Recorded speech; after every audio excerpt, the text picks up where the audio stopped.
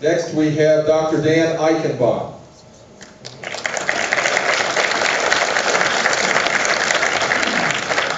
Thank you very much for the opportunity to be here today. My name is Dr. Dan Eichenbaum, and in the tradition of our founding fathers, I am standing up for election to Congress in the 11th District. This is the second time in my life that I've stood up for my country. During the Vietnam War, I was a commissioned officer in the Navy, and I served my country proudly. As your representative in Washington, I view my job to go to Washington to reestablish the constitutional balance between the power of the federal government and the state government. We must shed from Washington the power that they have usurped and give it back to the states. I've been running on those principles since September. Limited government, individual freedom, personal responsibility, fiscal restraint, and free market economy based on the principles of sound money. In order to do that, we have to cut the size and the cost of government. My plan that I've been running on since September: privatize areas of the government. If it's in the yellow pages, the government does not belong doing it. We need to freeze all government hiring in all agencies, and we have to defund the agencies and cabinet-level departments like education, like energy, like Homeland Security. Defund them gradually so that they go away.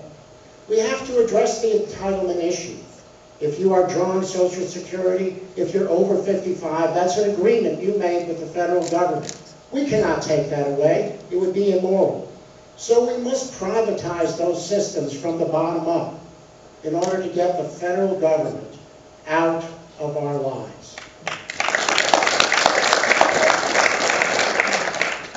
These are the principles of limited government that we must reestablish in order to take back our freedoms that have been usurped from us. In 1775, the leaders of the Commonwealth, or the colony of Virginia, met in secret in Richmond. Present was George Washington, the sword of the Revolution, Patrick Henry, the voice of the Revolution, and Thomas Jefferson, the pen of the Revolution. There were people there who were afraid. They were afraid of action. They wanted to continue to bow down to King George. And that's when Patrick Henry stood up and said, "I know not what course others may choose, but as for me, give me liberty or give me death." In that moment, he defined the difference between a politician and a statesman. A politician sticks his finger in the air to see which way the winds are blowing.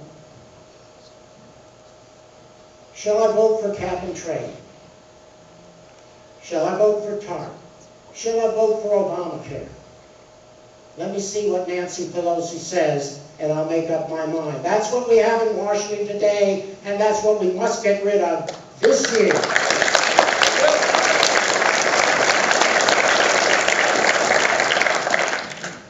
I believe in the founding principles of our founding fathers, and I have struck a chord with the people in this district as I have traveled around in this district. I have formed a coalition of grassroots people, older people, younger people, people in all walks of life that I've talked about how I want to give them back their freedom. More freedom, more choice, bigger paychecks. That is what we need. That's what we need in this country, and we need to reestablish that from the 11th District by getting rid of Heath Shuler, who only does what he is allowed to do by the Democrat structure. If Heath Shuler did absolutely nothing, voted on absolutely nothing, he must still be removed because his name is a number in the D column. And that's what allows Nancy Pelosi, Harry Reid, and Barack Obama to push their progressive Marxist agenda on this country. It is not good for me. It is not good for you, my children, or my potential grandchildren. It is not good for the future of this nation.